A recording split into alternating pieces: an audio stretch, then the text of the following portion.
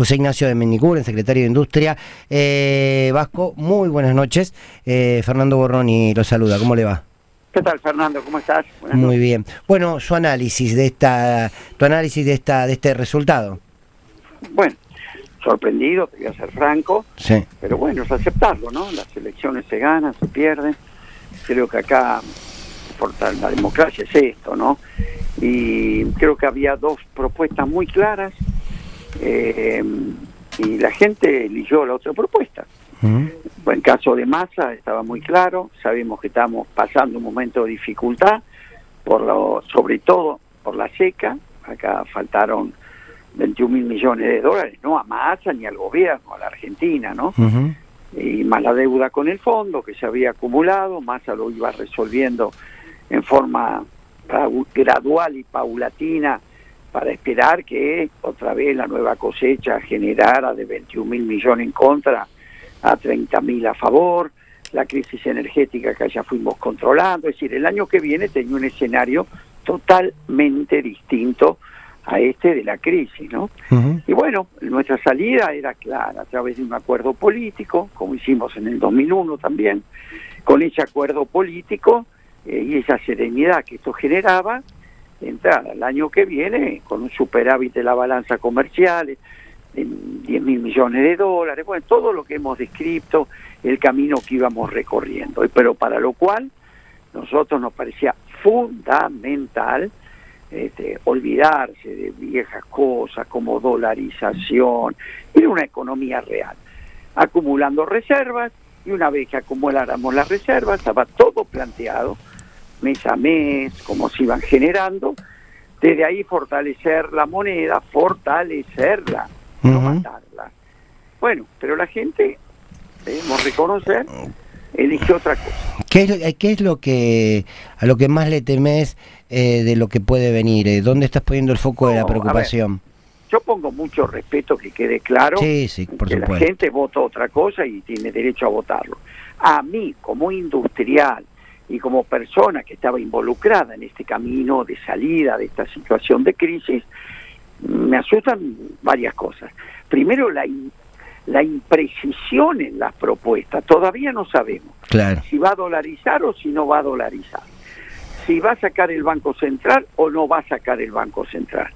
Si vamos a romper con los países que no tengan, que a él no le guste, es decir, romper el Mercosur, romper la relación con China, que son claves para la acumulación de reservas. ¿A quién le vamos a vender si no?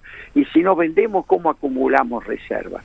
Y la verdad que hemos llegado hasta acá y no hay ni una definición. Claro. Entonces, yo te pregunto, el día martes, los mercados, nosotros de una forma veníamos comportándonos, veníamos dando mejores tipos de cambio a los distintos exportadores para acumular reservas, teníamos un replanteo en la negociación con el fondo, que atamos la renegociación a nuestras exportaciones, atado al crecimiento.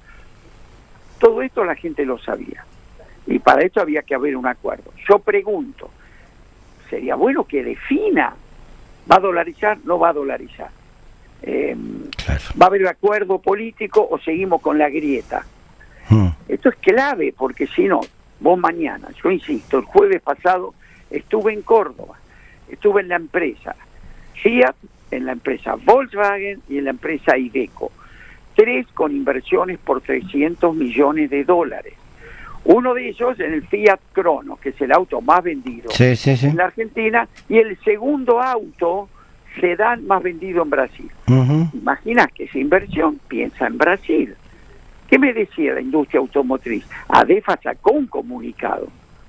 Escúcheme, ¿sigue el Mercosur o no sigue? Entonces después él dijo, hagan operaciones entre privados. Yo con un privado brasileño no puedo decidir un acuerdo.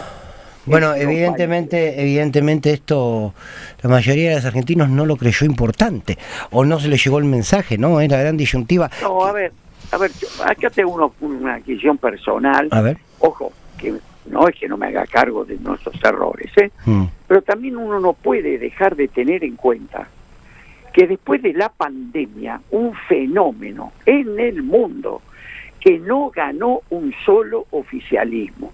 La gente se enojó contra la política que gobernaba.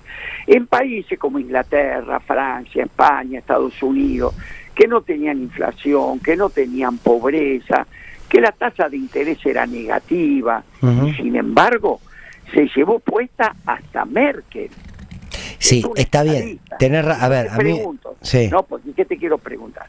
Si en esos países, con esas condiciones, la gente se enojó tanto con la política, pensá en la Argentina, con la inflación, ¿no es cierto?, con el tipo de cambio, sí. El enojo lo multiplicamos. Vasco, ¿no? En los datos que das tenés toda la razón. O sea, a ver, los datos y la argumentación que vos decís es tal cual la decís.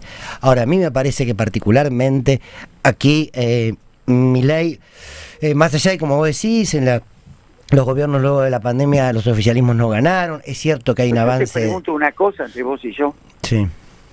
El 80% de los jóvenes, porque lo vi, no entiende lo que dice Milei.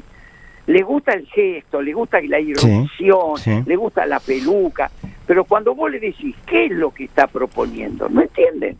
Mira, yo cuando tenés razón, pero también el no gobierno, y no recaigo... Yo era fanático de los Rolling, sí. Y no entendía qué decían, pero me gustaba el marco, me gustaba la música.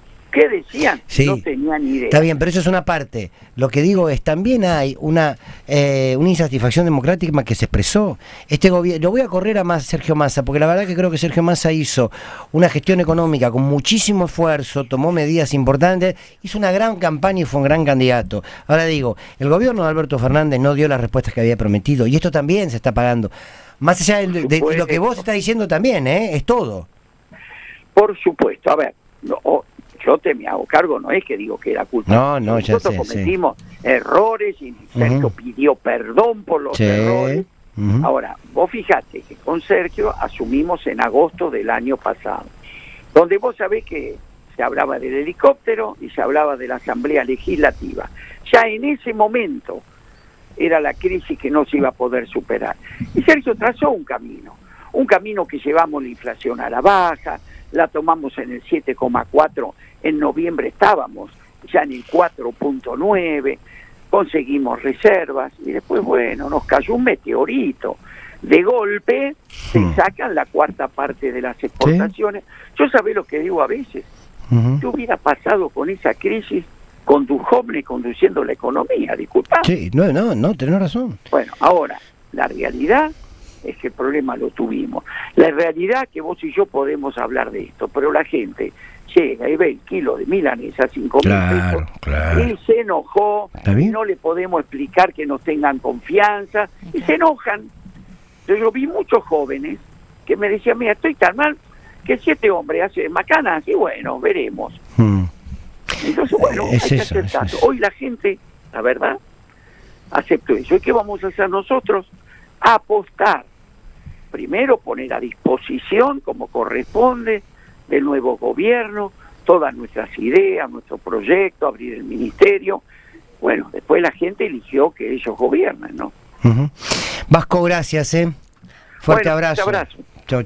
El Vasco de Mendiguren, secretario de Industria, hablando con claridad, ¿no? Tratando de